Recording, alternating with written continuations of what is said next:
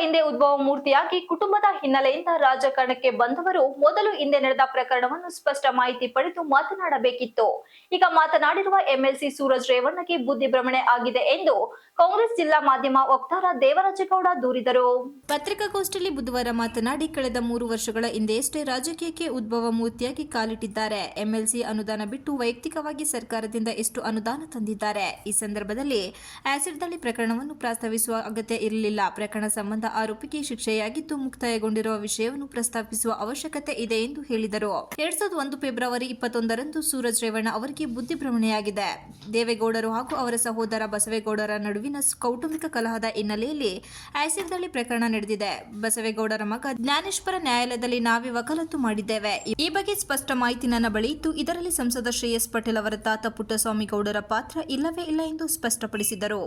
Acid ದಾಳಿ ರಾಜಕೀಯ ಪ್ರೇರಿತವಲ್ಲ, ಕೇವಲ ಕುಟುಂಬದ ಕಲಹದಿಂದ ಆಗಿದೆ ಎಂದು ಹೇಳಿದ ಅವರು, 2001ರಲ್ಲಿ ದೇವೇಗೌಡರ ಪತ್ನಿ ಹಾಗೂ ಭವಾನಿ ರೇವಣ್ಣ ಅವರು ದೇವಾಲಯದ ಪೂಜೆಯಲ್ಲಿ ಭಾಗವಹಿಸಿದ ಸಂದರ್ಭದಲ್ಲಿ ಈ ಘಟನೆ ನಡೆದಿತ್ತು. ಪ್ರಕರಣ ನ್ಯಾಯಾಲಯದ ಮೆಟ್ಟಿಲೇರಿ A1 ಆರೋಪಿಗೆ ಶಿಕ್ಷೆಯೂ ಕೂಡ ಆಗಿದೆ. ಈ ಸಂದರ್ಭದಲ್ಲಿ ಬಸವೇಗೌಡರ ಕುಟುಂಬ ಪುಟ್ಟಸ್ವಾಮಿ ಗೌಡರ ಸಹಾಯವನ್ನು ಕೇಳಿದ್ದರು ಅಷ್ಟೇ.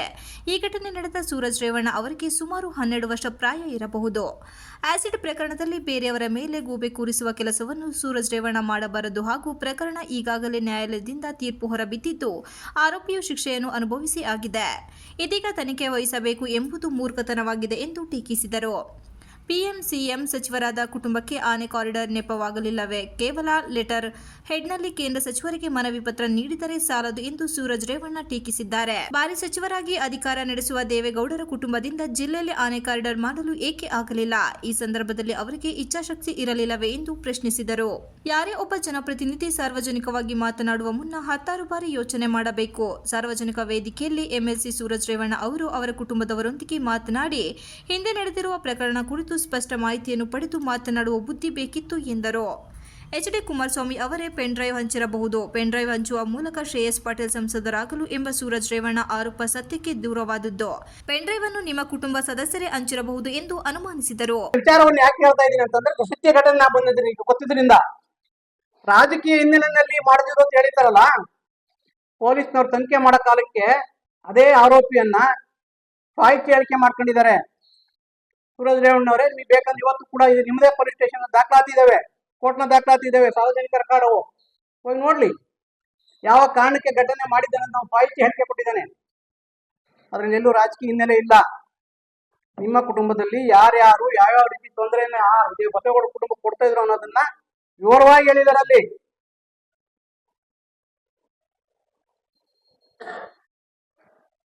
ಈ ವಿಚಾರವನ್ನ ನಾನು ಅನಿವಾರ್ಯವಾಗಿ ಮಾತಾಡ್ತಾ, ಯಾಕಂದ್ರೆ ಪದೇ ಪದೇ ಈ ಆಸಿಡ್ ಬಗ್ಗೆ ಮಾತಾಡ್ತಾ ಇರೋದ್ರಿಂದ ಹೇಳ್ತಾ ಇದ್ದೀನಿ. ಹಾಗಾಗಿ ಒಂದು ವೇಳೆ ಸತ್ಯ ಘಟನೆ ಅವತ್ತಿನ ಚಿಕ್ಕ ಹುಡುಗ ಇದ್ರು ಸೂರಜ್ ರೇವಣ್ಣ, ನಿಜಾಂಶ ಗೊತ್ತಿಲ್ಲದೆ ಇರ್ಬೋದು. ದಯಮಾಡಿ ನಿಜಾಂಶವನ್ನ ತಿಳ್ಕೊಳ್ಳಿ.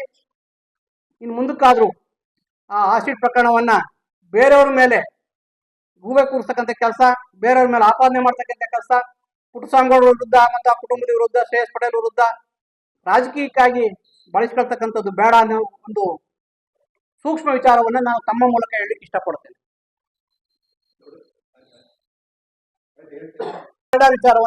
ಪತ್ರಿಕಾಗೋಷ್ಠಿಯಲ್ಲಿ ಕೆಪಿಸಿಸಿ ಸದಸ್ಯ ಆರಿಫ್, ಚಂದ್ರಶೇಖರ್, ವಕೀಲ ಸುರೇಶ್, ತುಳಸಿಧರ, ದಿನೇಶ್ ಕುಮಾರ್ ಇತರರು ಉಪಸ್ಥಿತರಿದ್ದರು.